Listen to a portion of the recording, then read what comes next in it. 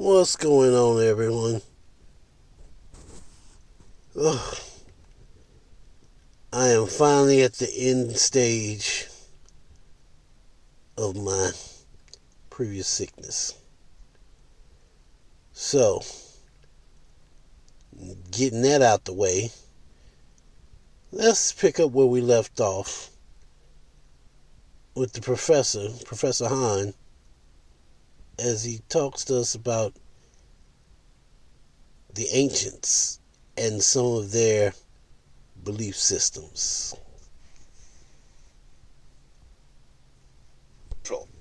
Where does one find sacred speech?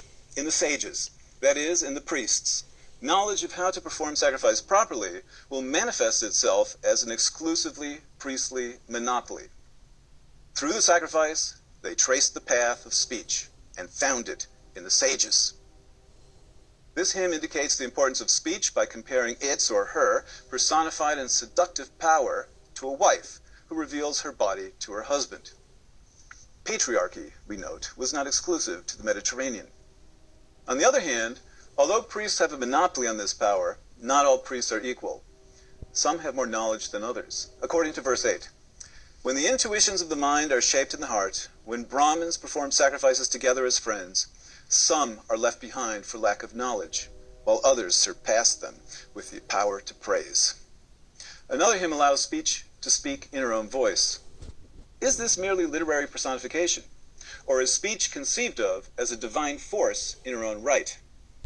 Speech tells us that she is the most powerful. Move with the Rudras, with the Vasus, with the Adityas, and all the gods. I carry both Mitra and Varuna, both Indra and Agni, and both of the Asvins. In fact, by the end of the hymn, speech claims to be coextensive with the entire universe. I gave birth to the Father on the head of this world. My womb is in the waters within the ocean. From there I spread out over all creatures and touched the very sky with the crown of my head. I am the one who blows like the wind, embracing all creatures. Beyond the sky, beyond this earth, so much have I become in my greatness. The Word is the world. We create our world through the words we use to describe it, shape it, codify it, organize the patterns of our lives through religious rituals. To perform a Vedic sacrifice, one needed to have the right words. A hymn entitled Royal Consecration offers a concrete example of what speech and sacrifice can accomplish together. Speech in a ritual and ceremonial context transforms a man into a king and establishes him firmly on his throne. High and firm the earth, and firm are these mountains. Firm is all this world, and firm is this king of our people. Interestingly, this hymn was also used as a spell to stop earthquakes. Speech, by analogy, comes to bind together the whole world with which our previous hymn identified speech. Sometimes the gods listen, sometimes they do not. In a hymn entitled Lament of the Aged Priest, whose patron and source of income has died, we encounter a strikingly honest crisis of confidence. My ribs encircle me with pain like rival wives. Poverty, nakedness, weakness bind me. My mind flutters here and there like a bird, as rats gnaw their tails, cares gnaw at me. The priest is in pain. This leads to a crisis of confidence, and he goes on to confess, if I had power over the immortals or over mortals, my generous patron would be alive. The priest appears to despair over the efficacy of sacrifice. We may contrast this old, unemployed priest, however, to the working priests of a hymn entitled The Sacrificial Priests. Their song exhibits confidence in their knowledge of sacred lore and in the power of their activities to secure blessings. Ritual language bestows, for example, cows and fields. We may note, yet again, as well, the rather patriarchal imagery of ancient Indian sacrifice. And I quote, the penis men, take the penis and move it and stick it in to win the prize. Inspire Indra to come here to help us. Have scholars, you may ask, commented on this imagery? Nancy J. argues that sacrifice is in general a surrogate for men's inability to give birth. What in the holy heck Oh my goodness. Man's inability to give birth? Huh. Shows how much they know back then. It wasn't a... Wow. Men's inability to give birth. Women's inability to create life. But they wasn't thinking about that. They were not thinking about that. That's like, oh wow, I don't even know where to begin with that one. I mean, he just threw me off when he started talking about penises. I'm like, this got X-rated quick. Wow. Bestow priesthood through sacrifice the way women bestow life through birth. Sacrifice, in this feminist reading, sets up a parallel male universe akin to the birth process that allows men to control access to divinity and to shape the society ritually in ways that benefit themselves. Her examples of sacrifice derive from the Old Testament, Africa, and Hawaii, but her argument could be made to apply here as well. We have, however, moved, a bit surreptitiously, from a view of sacrifice from within to a critical view from outside the system. Nancy J. offers a critique of the system of sacrifice from the standpoint of someone who does not take the system's precepts for granted, such as the idea that the gods need feeding, and only priests know how to do this. She views the sacrificial system as a religious political ideology that organizes society and the people inhabiting that society into hierarchies and categories. When one views a system from the outside, it generally appears absurd. American football, with no knowledge of the rules, would appear as silly chaos. Why then do some people follow rules that outside observers view as absurd? A hymn entitled Faith provides an answer. People in a system accept that system on faith, which I hasten to distinguish from active Christian faith. The faith I mean is passive. It is just the way things simply are, or how we believe the world works. And within a religious system, there is room too for the irrational.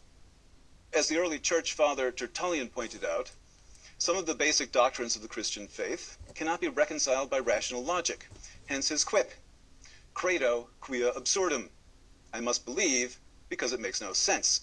A traditional faith is what one knows from growing up within it. It is what people believe. Not that they have thought about it, because this is simply the way the world is organized. Most of us in the United States, for example, take it for granted that all aspects of our society must be subordinated to the primary importance of the automobile.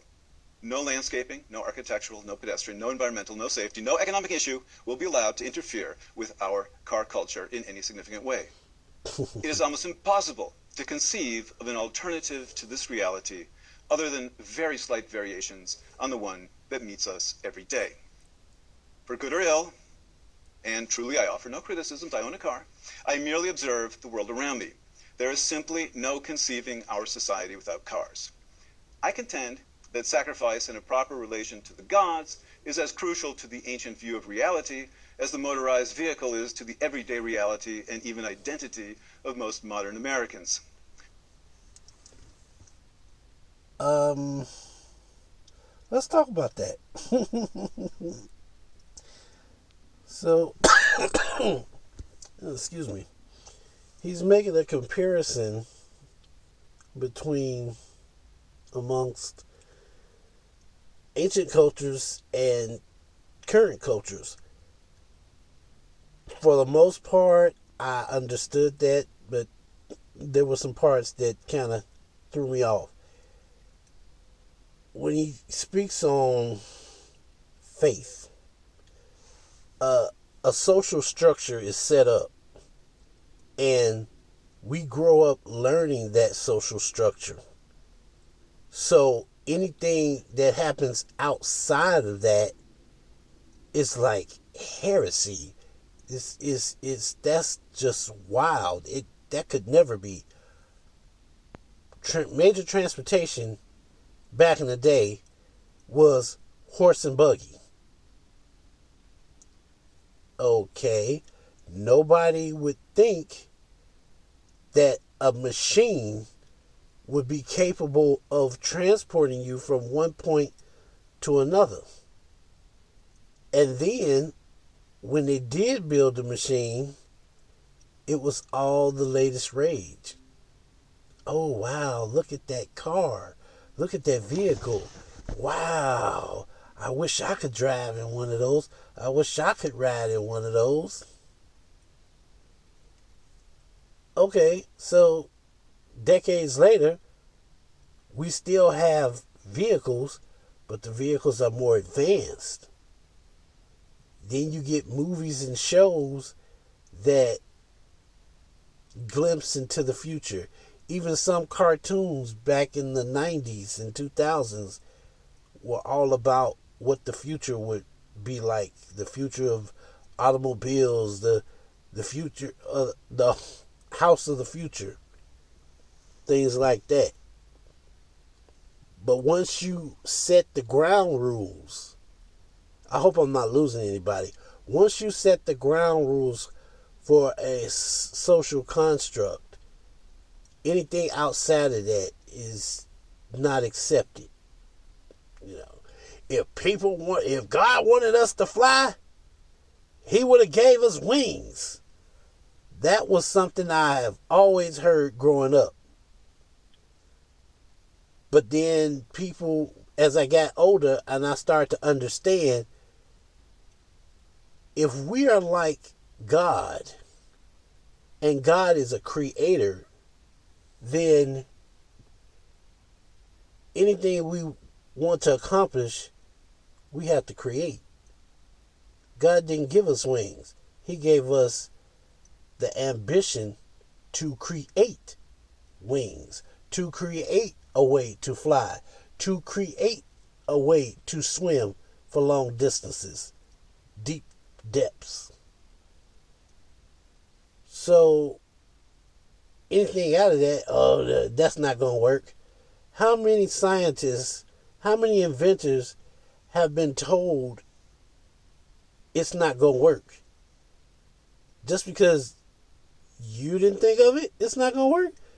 Just because society as a whole hasn't seen anything like this before, so it's not going to work? Come on now. We've proven time and time again that yes, it will work. It just takes the right mind to come up with the concept. And once enough people get on board with the idea, it will eventually manifest itself.